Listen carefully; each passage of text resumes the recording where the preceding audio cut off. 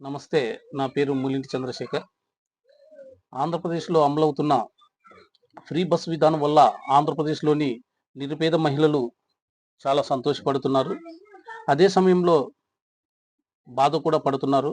ఎందుకంటే free bus అనగానే ప్రయాణికుల రద్దీ పెరుగుతుందన్నది ప్రభుత్వం గుర్తించి బస్ సర్వీసులు పెంచి ఉంటే బాగుండేది.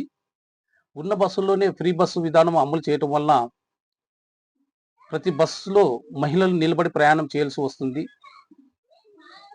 ఆ తర్వాత ఫ్రీ బస్ మహిళలకు ఫ్రీ బస్ అనగానే ఉద్యోగం చేసే మహిళలు, డబ్బున్న మహిళలు కూడా ఈ ఫ్రీ బస్ పథకాన్ని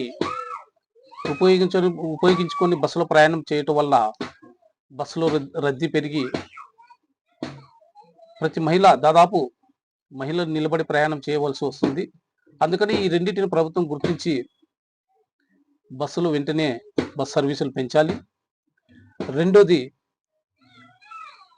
నిరుపేదలుగా గుర్తించి వారికి బస్ పాసులు ఇవ్వాలి. దీని ద్వారా ప్రభుత్వానికి కూడా కొంత ఆర్థిక భారం తగ్గుతుంది. బస్సులో రద్దీ కూడా తగ్గుతుంది. చాలా మంది మహిళలు ఇదే కోరుకుంటున్నారు. ఉన్నవాళ్ళు ఎవరో, లేని వాళ్ళు ఎవరో